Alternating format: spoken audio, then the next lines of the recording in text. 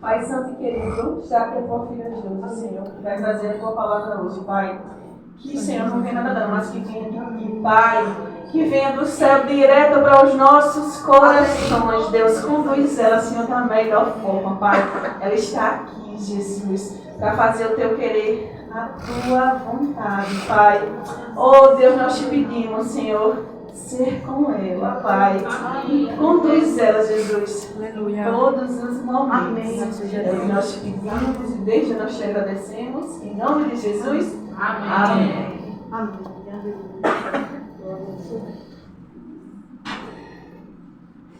Graça e paz, igreja. Amém. Vamos pedir água? Não, é assim.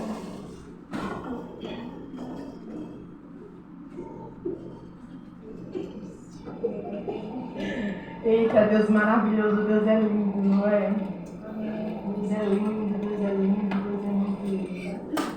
Eu acho que com a irmã, estou aprendendo com a irmã, a nota 100. Aleluia. Que noite linda, né? Que noite maravilhosa. Aqui, o dono da festa, o dono da casa já está aqui. Já chegou, antes mesmo de nós chegarmos, ele já estava aqui nos esperando. Porque somos muito preciosos para ele. Então, o nosso tema da festa, né, sobre Esther, para um tempo como este, nós fomos chamados. Então, para um tempo como este, que nos levantemos e que vivamos sim para Deus, para o reino, para o céu. E eu vou começar aqui no livro de Esther, no capítulo 4, a partir do versículo 10. Esther, antes de Jó antes de Saulo, Esther depois de Neemias. Esther depois de Neemias. Amém? Amém. Então, a partir do versículo 10, que diz assim. Amém, irmãos? Amém. Irmãs, né? 4, 10, né? Isso, a partir do 10. Então diz assim. Então ela o instruiu que dissesse o seguinte a Mardoqueu: todos os oficiais do rei e o povo das províncias do império sabem que existe somente uma lei para qualquer homem ou mulher que se aproximem do reino no pátio interno, sem por ele ser chamado, será morto. Só existia uma lei para quem se aproximasse do rei sem ser chamado. Amém. Aí lá no finzinho diz assim: e eu não sou chamada à presença do rei há mais de 30 dias. Quando Mardoqueu recebeu a resposta de Esther, mandou-lhe dizer: não pense que pelo fato de estar no palácio do rei, você será a única entre os judeus que escapará. Pois se você ficar calada nesta hora, socorro e livramento surgirão de outra parte para os judeus, mas você e a família do seu pai morrerão. Mardoqueu disse a Esther: quem sabe não foi para um momento como este que você chegou à posição de rainha? Olha que pergunta, né? Quem sabe? Então Esther mandou dar esta resposta a Mardoqueu: vá reunir todos os judeus que estão em Suzã e jejuem em meu favor. Não comam nem bebam durante 3 dias e 3 noites. E eu e minhas criadas jejuaremos com vocês. Depois disso, irei ao rei, ainda que seja contra a lei. E se eu tiver que morrer, morrerei. Ó, que posicionamento. Né? Então, quem é Esther? Esther, o que aconteceu até chegar a esse momento aqui? Esther era uma judia, ela já nasceu escrava, em cativeiro. O povo de Israel já estava em cativeiro, já estava cativo mais de 120 anos, quando Esther nasceu. E órfã, os pais dela morreram, ela ainda era pequena, e foi criada pelo primo, Mardoqueu. Certo? Essa era a vida de Esther. Uma vida sofrida, uma vida limitada e uma vida perseguida, vez que os judeus eram muito perseguidos, assassinados, massacrados, né? Então, essa é a vida de Esther. Vamos lá para o palácio do rei. Assuero, rei Xerxes, era um rei impetuoso. Hoje passa filme sobre Esther e eu acho que eu já assisti uns 3 e eles romantizam muito essa história, porque Assuero achou Esther linda, mas Assuero era um rei impetuoso. Ele dominava várias províncias. Ele era muito poderoso. Onde ele chegava com o exército, ele ganhava. Ele vencia. Então Assuero estava fazendo uma festa já de muitos dias no palácio para os homens. Uma festa grandiosa. E a esposa dele, a rainha Vasti, estava fazendo uma outra festa em outro local do palácio para as mulheres. Assuero fazendo para os homens e Vasti para as mulheres. Então, num determinado dia, já passado muitos dias daquela festa, Assuero mandou chamar Vasti, porque ele queria que ela desfilasse a sua beleza perante aqueles homens, porque ela era muito bonita. E Vasti simplesmente disse, não vou. E a resposta chegou para o rei. Olha só, ela só disse, não vou. Ela não se justificou, não se sabe o porquê ela não foi, mas ela não foi. E o rei ficou irado, porque ela desrespeitou ele na frente de todas aquelas pessoas. Então, seus conselheiros pediu para o rei fazer cartas e entregar aos homens de todas as províncias para as mulheres respeitar os seus maridos, porque depois daquilo, todas as mulheres iam se basear em Vasti e não ia mais honrar, respeitar e obedecer aos seus maridos. Então, foi isso que Assuero fez e, passado um tempo, ele se lembrou novamente dessa história e ficou triste. E os conselheiros falaram para ele destituir Vasti do trono, ela não iria mais à presença do rei nunca mais, e ele fizesse um concurso para atrair todas as jovens virgens das províncias para ele escolher a que mais se agradasse. Então os soldados foram, o exército dele foi em todas as províncias, todas as jovens virgens e as mais bonitas foram levadas ao castelo, elas passaram ao palácio, elas passaram um ano sendo preparadas. Beleza mesmo, elas foram preparadas para o rei. Aí os filmes romantizam. Mas essas moças, elas foram à força, porque elas não quiseram ir. Eles chegaram e a levaram. Elas ficaram um ano longe da família, quer dizer, o resto da vida. E quando elas se apresentavam ao rei depois desse ano, elas perdiam a virgindade com o rei. Não era elas iam passar e o rei... Elas passavam a noite. A Bíblia fala que no outro dia elas iriam para outra parte do palácio. Então, uma a uma, o rei conhecia. Quando chegou a vez de Esther, ele se agradou dela. Esther era muito bonita, muito sábia, muito. Ela tinha um posicionamento, ela tinha uma presença. E o rei se agradou dela e fez Esther a rainha. Todas aquelas outras jovens se tornaram concubinas do rei. Ou seja, elas viviam no palácio, elas gozavam da riqueza, mas elas só se apresentavam ao rei quando ele lembrava de alguma delas e dormia com o rei. Fora isso, não era mais nada. Elas só gozavam da riqueza. Aí olha só. Vou voltar para a Bíblia, lá no 5.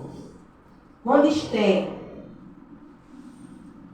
foi ao encontro do rei, ela não podia chegar, ela não podia ir. Mardoqueu, o primo dela, soube que Amã, um inimigo do povo judeu, aí olha como a Bíblia é tremenda. Esse Amã é filho de alguém que Deus mandou o rei Saul matar todos, não deixar ninguém daquela geração dos amalequitas. E Saul deixou um, que foi o pai desse Amã, que causou danos horríveis para o povo judeu. A desobediência de Saul, já no tempo de Esther. Está vendo? A nossa desobediência, ela vai de geração em geração, vai passando. E Amã não gostava, Mardoqueu não se prostrava a Amã, e Amã, depois do rei, era Amã. Então Amã mandava a Amã tinha o selo real. Se a Amã escrevesse, selasse com o selo do rei, todos entendiam que era o próprio rei. E a Amã chegou para o rei e disse: ó, esse povo está crescendo, está ficando muito rico, tem que mandar exterminar. O rei disse: faça. Esther, nisso, era tida como persa. Ela nunca falou a origem dela, que ela era judia, que ela era escrava, porque o primo Mardoqueu assim fez com que ela falasse, e o nome dela era Radassa, um nome judeu. E o primo colocou de Esther, que era um nome persa.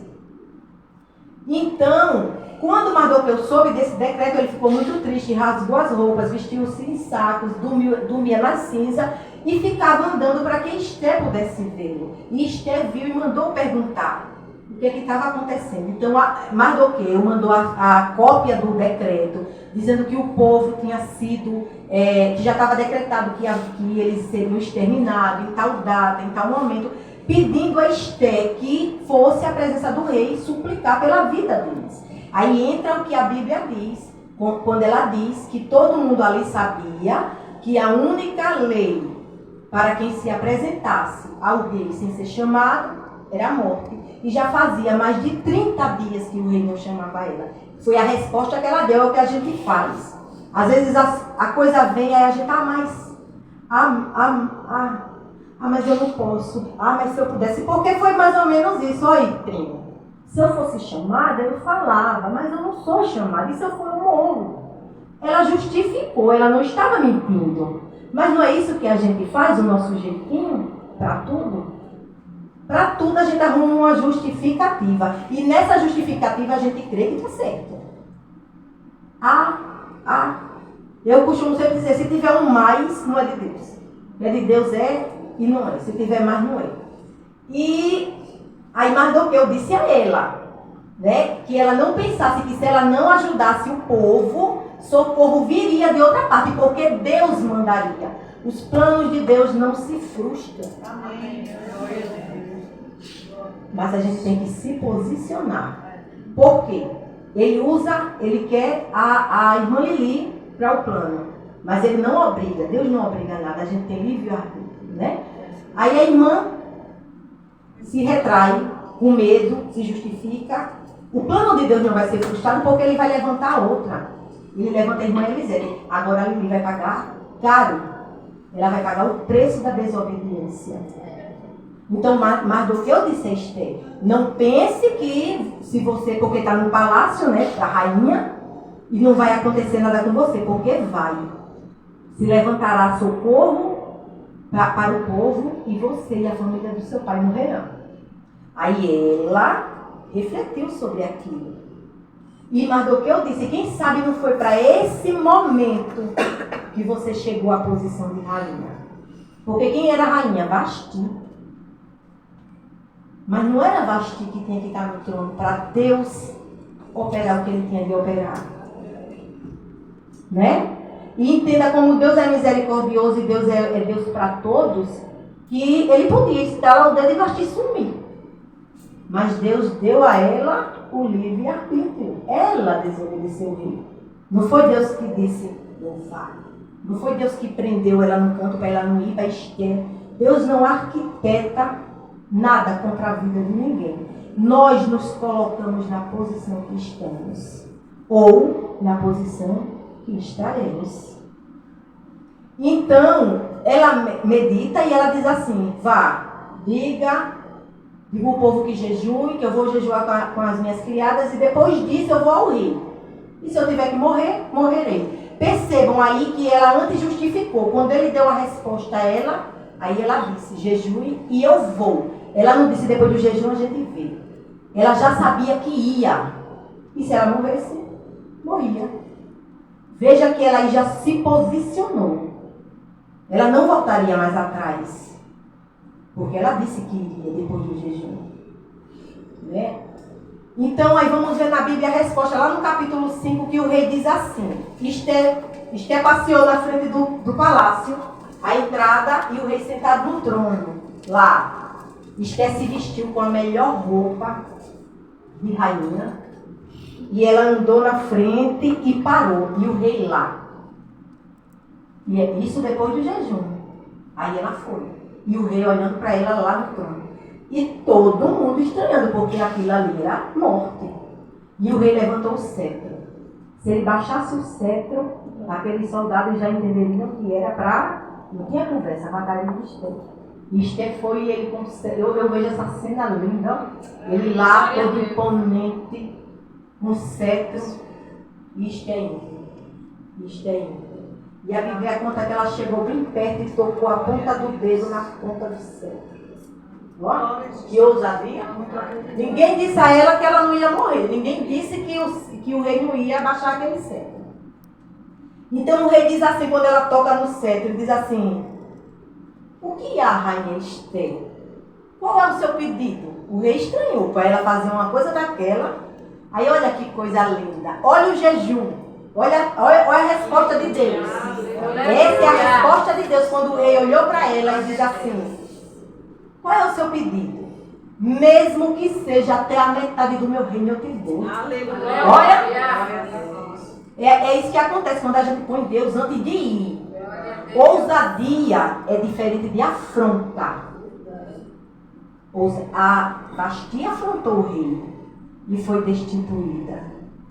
Estela foi ousada. E o rei se alegrou. Olha a diferença de ousadia para afronta. O rei honra a gente quando a gente se ergue diante dos problemas. Nosso rei. Agora, depois de nos submetermos a ele e buscarmos a ajuda dele e de declarar total dependência dele. Não é eu vou. Não, olha o que Esther fez. Ela declarou um jejum. Ela ia, né? Mas não, ela se preparou. Ela se preparou. As coisas, elas não nos acontecem por acaso. Nada nos acontece por acaso. Da mais simples à mais importante, nada na nossa vida é aleatório. Nada. Deus separou cada uma de nós para estar aqui hoje. Porque só é com Ele e você. Às vezes a gente nem entende hoje. Mas foi cada uma que o Espírito Santo trouxe para estar aqui hoje. Aí não é aleatório. Ó. Foi essa palavra que Deus deu. Foi essa palavra que Deus levantou. Foi isso aqui que Deus quer. É isso aqui que Deus quer que a gente ouça, que a gente aprenda. Isso não é aleatório. Né? Então, umas coisas que nos acontecem são propósitos de Deus para as nossas vidas. E outras é para além das nossas vidas. Às vezes a gente acha que é conosco. Aquilo está acontecendo para mim. Mas às vezes é por você. É através da sua história que Deus quer alcançar outra pessoa. Né?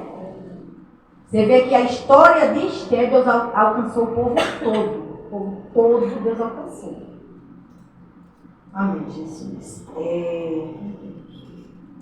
O nosso posicionamento no lugar onde... Olha só que Deus botou isso aqui no meu coração e olha só que forte. O nosso posicionamento no lugar onde o Senhor nos plantar é o que vai determinar a nossa vitória ou o nosso fracasso. É o nosso posicionamento no lugar onde Ele nos colocar. Que vai dizer a nossa transformação ou a nossa inércia. É o nosso posicionamento. A gente espera muito cair do céu. A gente espera muito Deus fazer, como se Deus chegasse, chega, eu faço, eu transformo. Mas é o nosso posicionamento nele que nos transforma, ou que faz você viver 80 anos num banco de igreja e não dá um passo à frente. Você vem para o culto, se senta, ouve a palavra, vai para casa, vem para o culto, se senta, e nada se transforma na sua vida. Porque é o nosso posicionamento. Que determina também o nosso testemunho ou o nosso lamento. Né? Aí a gente volta lá, Vasti se lamentou. Isto é testemunho. Está vendo? Posicionamento. Afronta ou ousadia. Né? Em Gênesis, lá no Gênesis 38, no versículo 11, a gente vê a história de Judá e Tamar. A história de Judá e Tamar. Judá, o filho de Israel mesmo, de Jacó. Judá mesmo, Leão da tribo de Judá, Judá das 12 tribos de Jacó. O próprio Judá. Ele tinha os filhos e um se casou com Tamar. Viveu, Tamar não gerou e o filho desobedeceu a Deus e morreu. Deus o levou por desobediência. Então existia uma lei naquele tempo que a mulher que era casada e não tinha filhos, o marido, o falecido tinha irmãos, ela tinha que casar com o irmão para dar filhos, para continuar a descendência daquela pessoa. Então Judá deu outro filho a Tamar. E o filho desonrou a Deus e morreu. E Tamar não tinha gerado dele. E Judá tinha um outro filho. Aí Judá disse, não vou não.